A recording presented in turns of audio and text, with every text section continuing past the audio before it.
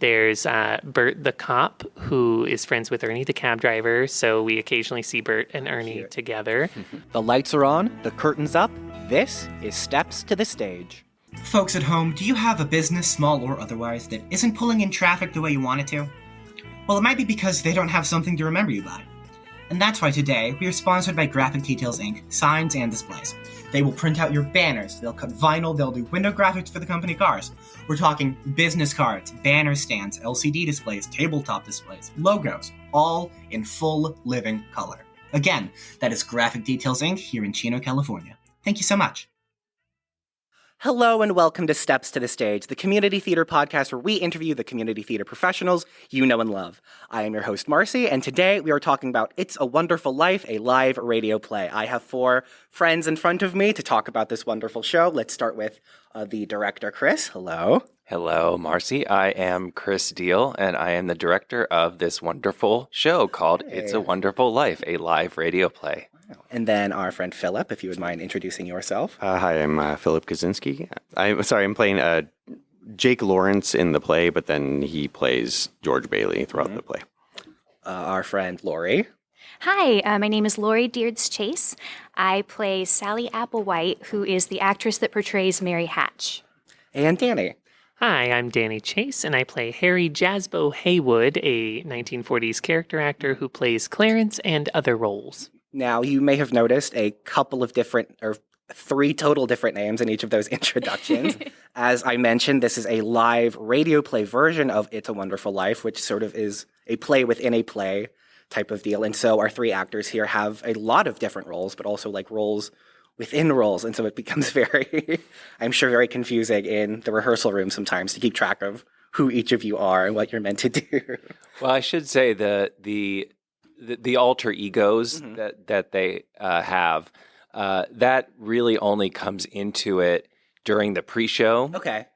And maybe a little bit, throughout, the production. But it's mostly going to be them portraying the different characters in It's a Wonderful Life. So their alter egos, their 40s, movie star alter egos is just a kind of a little fun gimmick. That kind of starts the show off, and it does kind of go through the whole thing. But I don't want to give the listeners the impression that they're going to be, kind of ins and outs. And exactly. It's not really that. It's really for people who want to come and see It's a Wonderful Life. That's pretty much what they're going to be getting is that story. Yeah, wonderful. But it is sort of in that radio play format, which I think is really cool and really interesting to see and to be able to do. Yeah, there's a lot of. I think it's kind of something that a lot of theaters are doing now. It seems to be a popular way to be telling these stories. It really did start in a theater, I believe it was in Connecticut, where they tried to do a full-on production of It's a Wonderful Life, and they realized this is going to completely break our budget because there's so many characters in the story, and just so many different settings, and so they realized that we can't do it this way. This is just impossible for us. So they came up with this live radio format, which just imitates the actual 1940s radio shows that they used to do back in the day, where the big stars would come and they would recreate their films. Oftentimes they would use the people that were originally in the movies. Sometimes they would change it out to other stars, but yeah, they would recreate these movies, because back then it seems crazy to think of today when everything is so accessible forever. It seems today at our fingertips, but when a movie was in the theater, it was in the theater for a period of time, and then it disappeared. It's gone. Yeah, it was gone, and of course this is before television even. So the movies would go away, and you might hope for the studio to re-release it, but that only happens with the really big hits. And It's a Wonderful Life, I don't think even made originally, money. Yeah, it was not very popular. Right, and it kind of was like television viewings once it entered public domain, really, and there's a lot of movies that are like that. Even The Wizard of Oz and other movies that today we think of as just classics that everyone has seen, and some of them really weren't successful at the beginning, and this is one of them. And of course, now it's just a beloved classic. Would you mind talking us through the plot of Wonderful Life for people who somehow are not familiar with this Sure. introduction? Yeah, and I know there's a lot of people that aren't, but it sounds like it's this kind of sappy, kind of feel-good kind of story, and it's not really. It gets very dark, but it basically follows this character, George Bailey, and we kind of follow him throughout the main parts of his adult life. And I think does it span like 20 years, Philip, maybe? Well, from when he's a child. Yeah, we do have a little bit of a prologue when they're with them as children, but most of it is kind of like college through adult, adulthood. I'd say 40s. Yeah, because he has 4 kids by the end. Right. So we're really looking kind of at the story of this man's life, how he has a lot of dreams, big dreams that don't seem to be coming true for him. And he gets to a point in his life that he kind of questions, why is he here? That's kind of the story, is his journey. I don't want to go into it too much because so much of the fun of this story is kind of coming into it. I remember seeing it for the first time completely knowing nothing about it. And it's just really wonderful to discover this story and to meet all these wonderful characters. Would each of you mind introducing your characters a little bit, if you would like to start? Yes. Sure. So George Bailey is the protagonist of the story. It follows, the show goes through his entire life and the choices that he makes. He has a dilemma. I don't know how much of the plot I should say, but for those of you who are familiar, he has lots of choices, and every step of the way he makes a definite decision along the way, and sometimes that doesn't lead to things that are actually good for him, and so he gets frustrated with that and begins to question, his role in the universe and in the town that he lives in Bedford Falls. He's a wonderfully complex and just full of contradictions, and I think, and you can really see a little bit of everyone. Or I should say, everyone can see a little bit of themselves. We all feel like George in at George some point, many times. Yeah. Yeah. I hate to use the term everyman because it's so overused, but because George, there's some great little just idiosyncrasies to George that I think make him a really great and unique character. But yeah, he's a fascinating character to watch. Yeah, I feel like he's a catalyst for the audience as they watch his journey. He's the type of character that people wish they made the same decisions that he does along the way, and they can also see the frustration. He has anger, he has frustration, he has things don't go his way all the time. But when it comes down to it, it's really about the love that he has for people in the town that he grows up in. He embraces the town and everyone around him. I'll end there. Okay. Lourie, if you would like to. Yeah. Mary Hatch is a girl who grows up in the same small town as George Bailey, Bedford Falls. She feels connected to him at a really young age. She has a very clear idea of how she feels about George and what she wants for her life from the very beginning. And she takes some really confident and definitive actions to make sure that she eventually gets the life that she wants, which I think is really cool to see in a story, especially at that time and in a female character. There's a lot of strength in Mary. There's a lot of cleverness in Mary. There's a lot of determination in Mary. And that dimension, I think, sort of gives some room for George to show more parts of his personality and do a little bit more of his decision-making out loud because he has her there to help support him. Wonderful. Yeah. Danny? So my primary character is Clarence the Angel. And so I particularly enjoy that character because I play 11 different characters in this show, some of which only have one line, but we try to work really hard. Each of the supporting actors who are supporting these two very real and authentic characters, Chris has given us some license to be a little more creative and caricature-y, and so we try to make them very distinct. But Clarence in particular is a lot of fun because he starts in this place of kind of just blissful ignorance, and he's learning about George Bailey throughout. He's watching with Joseph, the archangel from above, and kind of understanding more about George Bailey as we go along with the audience. So it's fun to react along with the audience to what he's seeing and introduce the audience to these different elements along the way. Sort of a surrogate. Yeah. And then eventually he gets to do something the audience doesn't, which is dive right into the story, meet George Bailey, talk to him, and help him along the way and help him make the right decision, we hope. We know he does. Would you mind talking about some of the other characters that you play? Just a few. Yeah. Besides Clarence, there's Sam Wainwright is a childhood friend of George and Mary's, and so Sam Wainwright is like longtime family friend. There's Bert the cop, who is friends with Ernie the cab driver, so we occasionally see Bert and Ernie together. We also have Martini, who owns the local bar. Martini is a beneficiary of George and Mary's efforts because he is able to buy a home at one point in the show. And there's also some really fun characters like Mr. Welch, who is just like the husband of the wife of someone who George was rude to. And so we see like twice in the show. But and others. There's a lot. Yeah, 11. That's so... You said that. I was like, whoa, that's just so many. I mean, even though you said they're smaller roles, but still that's... You do sometimes find yourself talking to yourself. Yes. That's actually... I guess you could say a feature, not a bug, because I think the playwright specifically wanted those moments where the audience was watching somebody having a conversation. Sometimes it's three characters, somebody playing three characters in the same scene. And it's very important that they have very distinct voices because especially in those moments, because you have to remember this is intended for a radio audience, even though they did have live audiences that they did it for, at the time.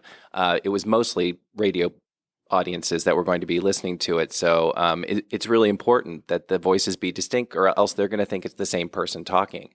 So and it gives you also a license to be a bit more... caricature. Exactly. It's kind of essential, really, to give the audience, because they don't have the visual to go with it. So it's all from the voice. And it's really, I think I would say probably makes you kind of stretch different, muscles in your, arsenal. That makes sense. Yeah, I was going to say, it sounds like a fun challenge, if anything else. Yeah. Well, this Definitely.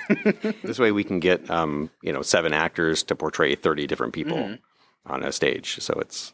Sometimes it's funny because they have to get used to really just, they don't have to do as much as you would in a normal play. Just in the case of talking on the phone, it feels weird to them to just stand there and talk, into a microphone and not holding a phone up to their ear. Yeah.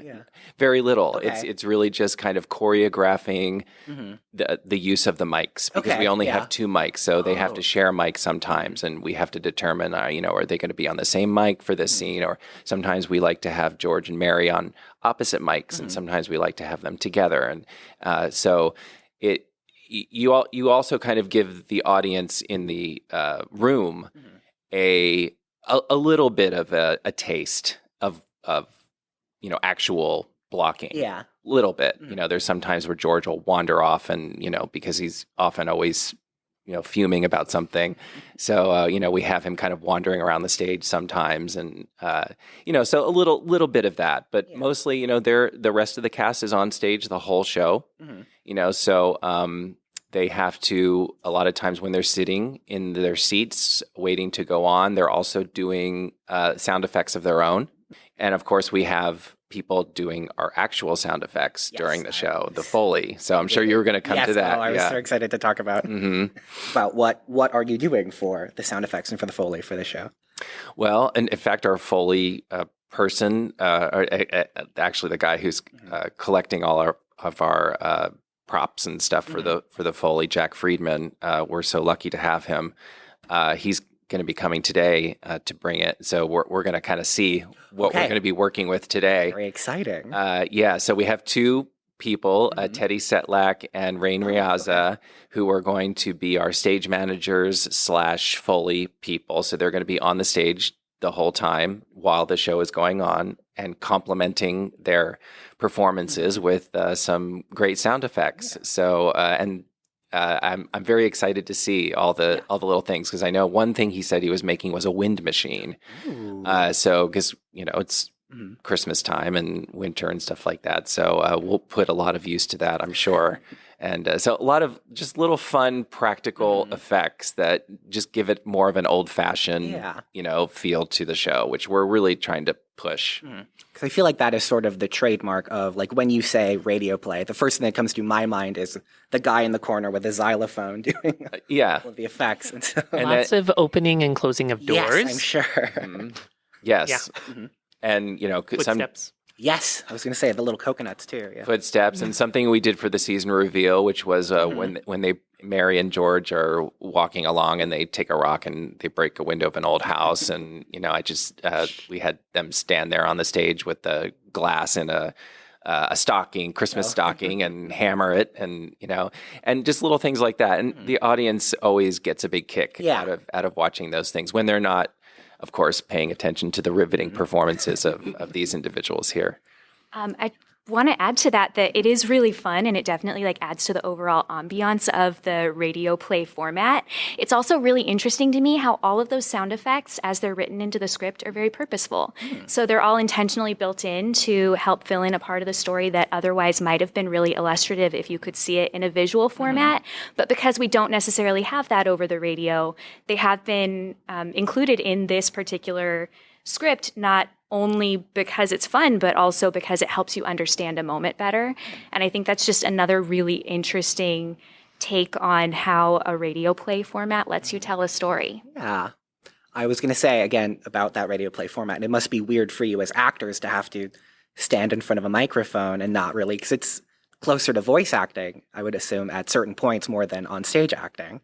A bit. There's moments where I definitely want to, emote more, or I want to move, or interact with other actors in a way that I really can't if I'm stuck on a mic. So we're going to be, working on that more as we have live mics throughout the rehearsal process.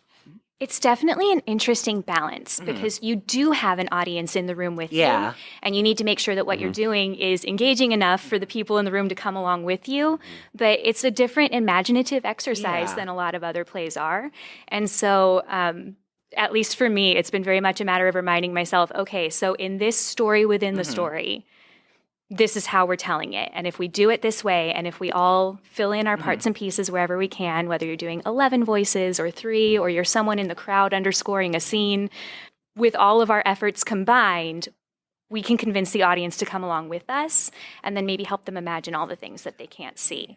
But at the same time, there are moments where it's just real hard to stand still, because if you're telling the story from a really genuine and authentic place, if you're being really sincere, you get so engaged in what you're talking about that it's hard not to express that physically in some form. Yeah, so it's very much a balance of the two. And I do want them to be sincere, because we aren't doing a spoof.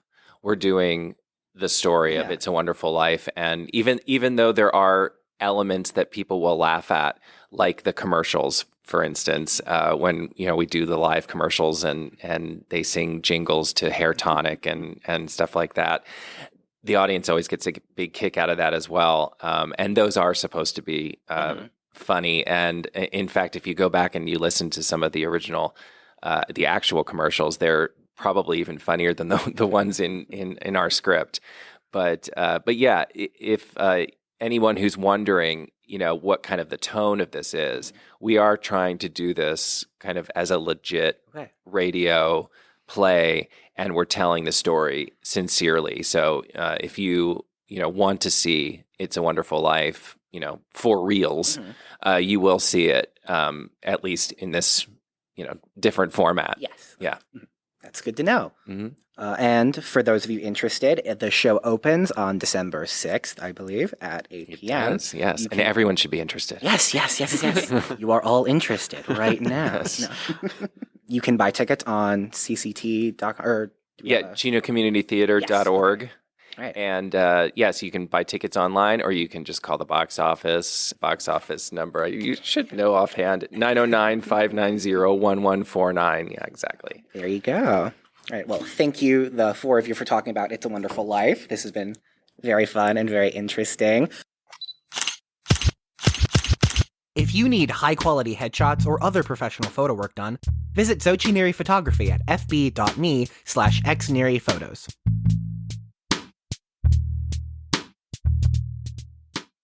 If we would shift gears a little bit, especially with Chris, to talk about the season reveal that Community Theater just did, which is very exciting. Yeah, it was really exciting. We have, I think, a really great season coming up for 2025. And these three people here actually participated in the reveal, because we always do a preview of the upcoming holiday show along with the new season. Yeah, we're already cast for our first show of 2025, which is going to be Steel Magnolias. Yes. And lots of people love that show. It's an iconic classic. And we've done it before. We did it in the 90s. I think it was the late 90s was the last time we did it, but we thought it was time to bring it back. It's a very popular show, and we're excited to do it. And Donna Rice is directing that, and she's anyone who is familiar with the children's theater side of our theater certainly knows Donna. So we're excited to have her directing for the adults for a change.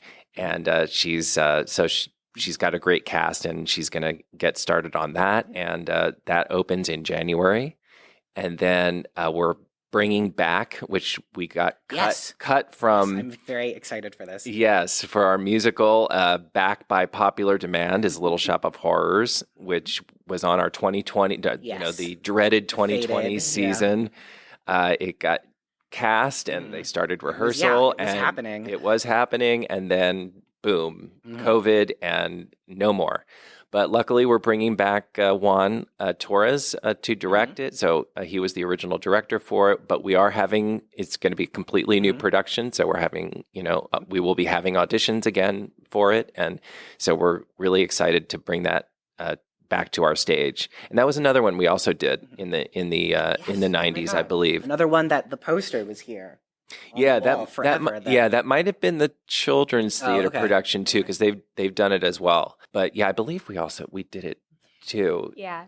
Yeah, I think maybe the community building or something. Yeah. I think it might have been one of the earlier productions that took place here, which I can only speak to because my dad was in it. He was the dentist, and I remember him making the mask for the dentist's office using pieces of our toys at home. I could see your dad being the dentist for sure. The dentist is a very dad role, I feel like, just in general. Yeah. It can be. And then, of course, we're bringing back Three on the Edge. This year we're doing, last year we kind of had a theme with Hitchcock. This time we're doing three very, very different shows. One is called Breathing Corpses by Laura Wade, and I doubt most people are going to be familiar with that. And it's one that's really hard to describe, but I can tell you it's one of the most original shows that we're going to be doing on our stage next year. It kind of travels in time backwards and forwards, and it kind of starts with somebody discovering a corpse, and then it goes backwards, and it's a really interesting play, and gives us a little bit of the thriller aspect that we had in last year's Hitchcock festival. And then we have Savage in Limbo by John Patrick Shanley, who is a Pulitzer Prize winning playwright for Doubt. He also wrote the screenplay to Moonstruck. So he's a really great playwright, and this is, I believe it's set in Boston. Michelle Knight Reinhardt is directing it. Oh, I should say Breathing Corpses is being directed by Lauren Bell. Michelle Knight Reinhardt is directing Savage in Limbo, which is about a bunch of people over in their 30s gathering at a bar, and hilarity ensues. Well, I don't know if it's all hilarity, but yeah, you have to come to see that. And then Bending the Spoon, which we're really excited about this. Yeah, Bending the Spoon, which we kind of gave our audiences a taste of, I think, a couple years ago with a reading. But we're having a full-on production now, Party 3 on the Edge. It's written by Ken Lay, who is a longtime CCT veteran, actor, director here.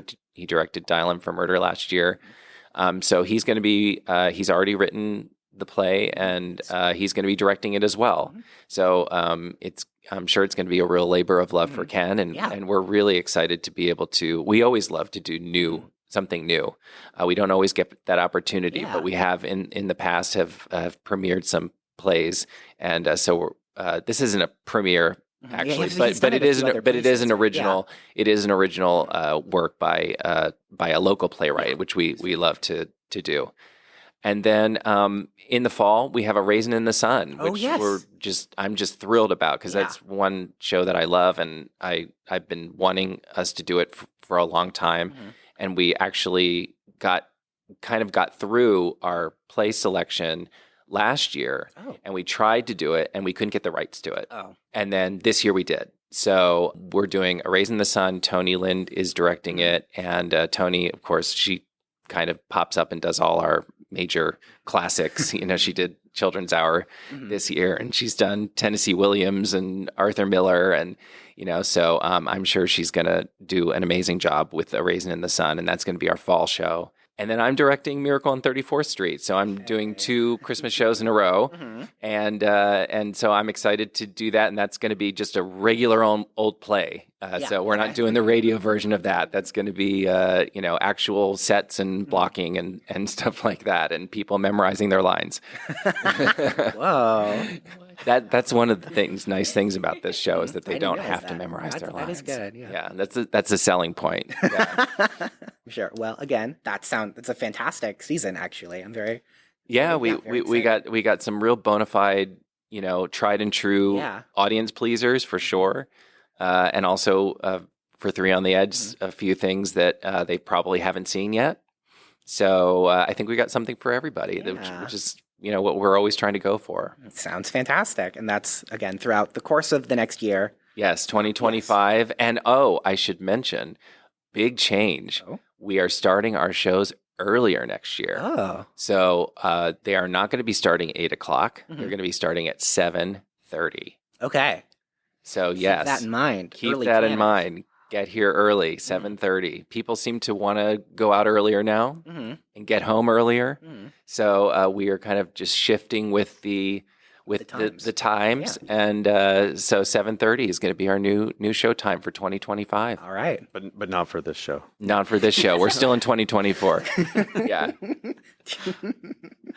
As Phil starts reconsidering the next of his life. That half hour out of my day. Well, again, thank you again to all 4 of you for joining me to talk about this. It's been wonderful, to speak with all of you. I was going to say, it's been a wonderful podcast. It really has. Thank you, Marcy. Okay, of course. Thank you to each of you. Thank you. Thank you so much. Of course, thank you. Thanks for listening to Steps to the Stage, and now it's time for the curtain call.